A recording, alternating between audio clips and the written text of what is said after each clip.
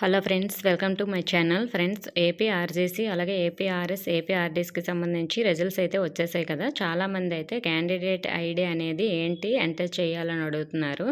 అలాగే కొంతమందికి invalid credential అని వస్తుంది, సొల్యూషన్ ఏంటి అని కూడా అడుగుతున్నారు. సో దీని గురించి ఈ వీడియోలో తెలుసుకుందాం. వీడియోని అయితే ఎక్కడ స్కిప్ చేయకుండా వినండి. ఫ్రెండ్స్, మీకు క్యాండిడేట్ ఐడి అంటే మీరు అప్లై చేశారు కదా, అప్లై చేసేటప్పుడు ఒక లాగిన్కి సంబంధించి ఒక ఐడి వస్తుంది. సో అక్కడ మీకు అప్లికేషన్లో ఉంటుంది చూడండి, క్యాండిడేట్ ఐడి అని.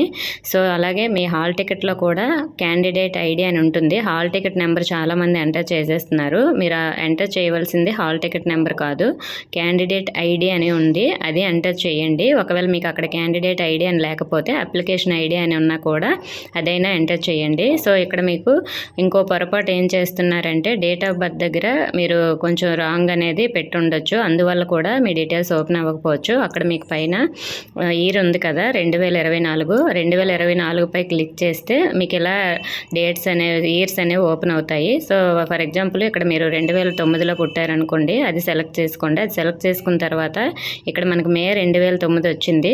ఇక్కడ మనకి సైడ్కి క్లిక్ చేసి ఒకవేళ మీరు ఏప్రిల్లో పుట్టారంటే ఏప్రిల్, మార్చిలో పుట్టారంటే మార్చి, లేదంటే ఆగస్టు, ఇలా ఏ మంత్ అయితే ఆ మంత్ చూసుకొని అక్కడ డేట్ అనేది కూడా సెలెక్ట్ చేసుకోండి. నేను ఎగ్జాంపుల్ కోసం 5 సెలెక్ట్ చేశాను. సో లేదంటే ఒక 15 ఏదో ఒకటి సెలెక్ట్ చేసుకోండి, అంటే మీ డేట్ ఏదైతే అది. సో తర్వాత సెట్ పై క్లిక్ చేయండి.